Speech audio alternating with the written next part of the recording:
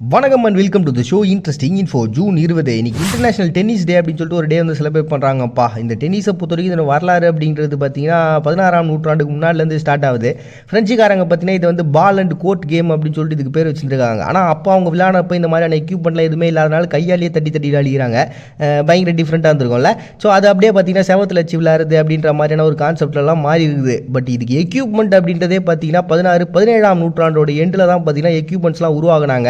So இந்த modern இப்போ பார்க்கக்கூடிய இந்த டென்னிஸும் பார்த்தீங்கன்னா அப்போ தான் கொஞ்சம் அப்படி எழுச்சி வர ஆரம்பிச்சுது. 19ஆம் நூற்றாண்டில் தான் பார்த்தீங்கன்னா ஒரு முழுமையான இப்போ நம்ம பார்த்துட்டு இருக்கக்கூடிய அந்த டென்னிஸ்ன்றது முழுமையாக மாறிச்சு. பட் ஆரம்பத்தில் இதனுடைய தோற்றம்ன்றது வேற ஒன்றா இருந்துக்குதுப்பா. ஸோ இன்றைக்கி வேர்ல்டு வைடில் பார்த்தீங்கன்னா டென்னிஸுன்னு சொல்லிட்டு நிறைய ஆர்வலர்களாக அதை வந்து தேடி போகணும், அதை கற்றுக்கணும்னு சொல்லிட்டு நிறைய பேர் இருக்கிறாங்க. ஸோ அவங்களெல்லாம் கரெக்டாக ஆர்கனைஸ் பண்ணி அவங்களுக்கு கரெக்டாக இந்த கேமை கொண்டு போய் சேர்க்கணும் அப்படின்ற ஒரு நோக்கத்தை தான் பார்த்தீங்கன்னா இந்த டே வந்து உருவாகிறாங்கப்பா.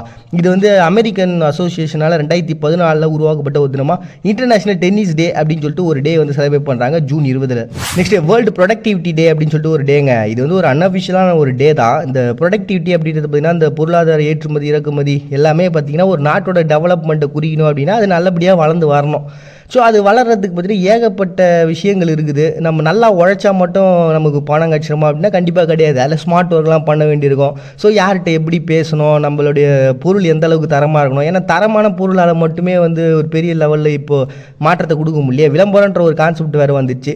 ஸோ இன்றைக்கி இருக்கக்கூடிய இந்த உலகத்துக்கு ஏற்ற மாதிரி எப்படி நம்மளுடைய ப்ராடக்டிவிட்டியெல்லாம் வந்து அதிகப்படுத்துறது அப்படின்ற மாதிரி சில டிஸ்கஷன்லாம் பண்ணுறதுக்காக இந்த கம்பெனிஸ் மூலமாக உருவாக்கப்பட்ட ஒரு தினமாக அன்அஃபிஷியலாக இயங்கிட்டு இருக்குப்பா. அப்படிப்பட்ட ஒரு டேவாக தான் பார்த்தீங்கன்னா வேர்ல்டு ப்ரொடக்டிவிட்டி டே அப்படின்னு சொல்லிட்டு இந்த உற்பத்தியை மேம்படுத்துறதுக்கு என்னென்னலாம் வழின்னு சொல்லி பார்க்கக்கூடிய ஒரு நாளாக வச்சுக்கிறாங்க ஜூன் 20. நெக்ஸ்ட் கேஸ் செக்டார் டே அப்படின்னு சொல்லிட்டு அஜர்பைஜானில் ஒரு டே.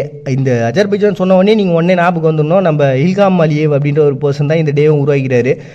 அஜர்பைஜானை பொறுத்த வரைக்கும் பார்த்தீங்கன்னா 3/2 பங்கு பார்த்தீங்கன்னா அவங்களுடைய அந்த எரிவாயு எண்ணெய் இதுதான் இப்போ பேசிக்கான உற்பத்தின்றது. இவங்க வந்து 1999 ஃபர்ஸ்ட் டைமாக ஷார்ட் அண்ட் ஸ்வைல் அப்படின்னு சொல்லிட்டு ஒரு பிளேஸை கண்டுபிடிச்சாங்க. அங்கே தான் பார்த்தீங்கன்னா இயற்கை எரிவாயு அப்படின்ற ஒரு கான்செப்ட் அதிகமாக வர ஆரம்பிச்சிது. ஸோ அதன் மூலமாக பார்த்தீங்கன்னா வருஷத்துக்கு 29 மில்லியனுக்கு அதிகமாக இதை வந்து உற்பத்திலாம் பண்ணியிருந்தாங்க. ஸோ அதெல்லாம் ஒரு பக்கம் இருக்குது. ஸோ இப்படிப்பட்ட ஒரு விஷயத்தில் வேலை செய்கிறவங்களாம் கண்டிப்பாக நம்ம செலிப்ரேட் பண்ணி ஆகணும் அப்படின்றதுக்காக அவங்க நாட்டோட இம்பார்ட்டன்ட் பொருளாதாரமே தானே. அதனால் கேஸ் செக்டார் டே அப்படின்னு சொல்லிட்டு அஜர்பைஜான் செலிப்ரேட் பண்ணுறாங்க ஜூன் 20. நெக்ஸ்ட் ஆர்பர் டேவை ஆஸ்திரேலியா செலிப்ரேட் பண்ணுறாங்கப்பா. 1889 பார்த்தீங்கன்னா தெற்கு பகுதி முழுக்கவுமே இந்த இயற்கை சூழ்நிலையில் நிறைய பாதிப்பு ஏற்பட்டுச்சு, காடுகள்லாம் பாதிப்பு ஏற்பட்டுச்சு. ஆஸ்திரேலியாவை பொறுத்த வரைக்கும் அவங்க ஏற்படக்கூடிய பிரச்சனைன்னு பார்த்தீங்கன்னா இந்த ரெனிவல் எனர்ஜியை வந்து நம்ம யூஸ் பண்ணணும், இப்போ இருக்கக்கூடிய இந்த புதைப்படி எரிபொருள்லாம் யூஸ் பண்ணக்கூடாது அப்படின்ற ஒரு கான்செப்ட். இன்னொரு பக்கம் பார்த்தீங்கன்னா இந்த ஓவர் கிராசிங் அப்படின்ற ஒரு கான்செப்ட். அந்த மேய்ச்சலுக்கு வந்து ஓப்பனாக விட்டுருவாங்க. இப்போ நுனிப்புள்ள மேய்ஞ்சிட்டு போயிடுச்சுன்னா அதுக்கப்புறம் வேறு எதுக்குமே அது யூஸ் ஆகாமல் போயிடும் அந்த புட்கள்லாம். ஸோ இதெல்லாம் ஒரு காரணமாக அப்படின்னு கேட்டிங்கன்னா நிச்சயமாக காரணம் தான். ஆஸ்திரேலியாவை பொறுத்த வரைக்கும் அவங்களுடைய காலநிலைகள்லேயே இது ஒரு பெரிய மாற்றத்தை ஏற்படுத்திருக்கலாம் வேறு சொல்லியிருக்கிறாங்க. ஸோ ஒரு சுற்றுச்சூழல் நம்ம பாதுகாத்தே ஆகணும் அப்படின்ற ஒரு பேசிக்கான ஒரு கான்செப்ட் 2023 அவங்க வச்சுக்கிறாங்கப்பா. ஸோ அதனால் உருவாக்கப்பட்ட ஒரு விதமாக பார்த்தீங்கன்னா ஆர்பர் டே அப்படின்னு சொல்லிட்டு அந்த மரங்கள்லாம் நடக்கூடிய ஒரு நாளாக வச்சிருக்கிறாங்க ஆஸ்திரேலியாவில் June 20. Next national American eagle day அப்படின்னு சொல்லிட்டு ஒரு டே செலிப்ரேட் பண்ணுறாங்கப்பா. இந்த அமெரிக்காவினுடைய சிம்பிளில் பார்த்தீங்கன்னா அவங்களுடைய தேசிய பறவை அப்படின்னாலே இந்த பேல்டு ஈகிள் அப்படின்னு சொல்லக்கூடிய அந்த ஈகிள் தான். இது 1782 ஃபர்ஸ்ட் டைமாக இந்த முத்திரைகள்லாம் உருவாக்குனாங்க. எப்படின்னா அந்த ரோம் வந்து அவங்களுக்கும் சின்னங்கள்லாம் வச்சுருந்தாங்க. ஸோ அந்த மாதிரி இவங்களும் வந்து ஒரு சின்னத்தை உருவாக்கலாம்னு சொல்லிட்டு அமெரிக்காவில் உருவாக்குனது தான் இது. இந்த ஈகிளை பொறுத்த வரைக்கும் பார்த்தீங்கன்னா இப்போ பெரிய லெவலில் பாதிப்பில் இருக்குது. காரணம் என்னென்னு பார்த்தீங்கன்னா 2022 ஒரு கணக்கு வந்துக்குது. அங்கே இருக்கக்கூடிய ஈயத்தால் இதில் பாதிப்பு அதிகமாக இருக்குது. அதுவும் இல்லாமல் பார்த்தீங்கன்னா இந்த பூச்சிக்கொல்லிலாம் யூஸ் பண்ணுறதுனால இந்த ஈகிளுடைய முட்டை ஓடுகுதுல அது ரொம்ப சாஃப்டாக உருவாயினுக்கு தான். ஸோ இதனால் வந்து பெரிய பாதிப்பு. இன்னொரு பக்கம் பார்த்தீங்கன்னா ஒரு 12 வருஷம் இடைக்காலத்தில் என்ன நடந்திருக்குன்னா ஆடு குழந்தைங்களாம் இது தூக்கின்னு போகுதுன்னு சொல்லிட்டு நிறைய விதமான கட்டுக்கதைகள் எங்கேயானா ஒன்று நடந்திருக்கும். அதை பயங்கரமாக பேச கிட்டத்தட்ட 70,000 கழுகுகளை அந்த 12 வருஷத்தில் வேட்டி அடிக்கிறாங்களாம். பார்த்துங்களா இவ்வளோ பெரிய பிரச்சனையில் இருக்குது. இது எப்படியாவது மீட்டு கொண்டாகணும் அப்படின்ட்டு நம்மளுடைய தேசிய பறவையை நம்ம பாதுகாத்தாகணும். அட் த சேம் டைம் அந்த சிம்பிளை வந்து பெரிய லெவலில் கொண்டாடணுன்றதுக்காக உருவாக்கப்பட்ட ஒரு மாதிரி பார்த்தீங்கன்னா நேஷனல் அமெரிக்கன் ஈகிள் டே அப்படின்னு சொல்லிட்டு ஒரு டே வந்து செலிப்ரேட் பண்ணுறாங்க ஜூன் 20. நெக்ஸ்ட் வேர்ல்டு ரெஃப்யூஜ் டே அப்படின்னு சொல்லிட்டு ஒரு டேங்க. இன்னைக்கு உலகம் முழுக்க பார்த்தீங்கன்னா கிட்டத்தட்ட 10 கோடி மக்கள் அகதிகளாக உலகம் முழுக்க இருந்துகிட்டு இருக்காங்கன்னு சொல்லிட்டு ஐக்கிய நாடுகள் சபையை வந்து வெளியிட்டாங்க. 2000 பார்த்தீங்கன்னா இதுக்காக ஒரு டேவையும் உருவாகினாங்க. நம்மளோட இந்தியாவை எடுத்தோம் அப்படின்னாலே கூட 1972 உகாண்டாவிலேருந்து கிட்டத்தட்ட 80,000 பேர் வந்து இடியாமீனுடைய ஆட்சியில் அங்கேருந்து வெளில அமிச்சாங்க. பட் ஆனால் அது மறுபடியும் திரும்ப பெறப்பட்டுச்சு. இருந்தாலும் அதில் கிட்டத்தட்ட ஒரு 5500 பேர்கிட்ட இந்தியாவுக்கு வந்து அகதிகளாக வந்தாங்க. அதுக்கப்புறம் பார்த்திங்கன்னா நமக்கு ஆல்ரெடி தெரிஞ்ச இந்த இலங்கை தமிழர்களுடைய பிரச்சனை. ஸோ அது மூலமாக கிட்டத்தட்ட லட்சத்துக்கும் அதிகமான மக்கள் வந்து இந்தியாவுக்கு வந்திருக்காங்க அப்படின்ட்டு.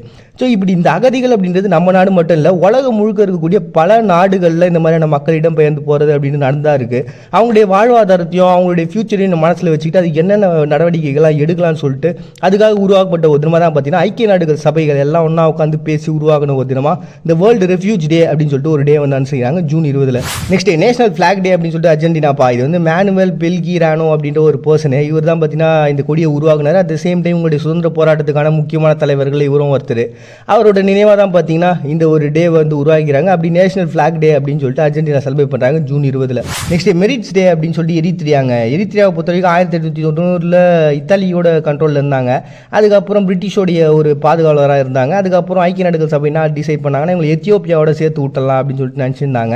ஸோ அப்படியே போயிட்டு இருக்க அப்போ தான் 1960 ஹெய்லி செலஸ்கி அப்படின்ற ராஜா என்ன பண்ணியிருக்காரு, சுதந்திரத்துக்கான போராட்டத்தை ஸ்டார்ட் பண்ண ஆரம்பிச்சிருக்காரு. ஸோ அது அப்படியே போக 30 வருடங்கள் கடக்க 1991 வாக்கெடுப்பு நடத்தினாங்க.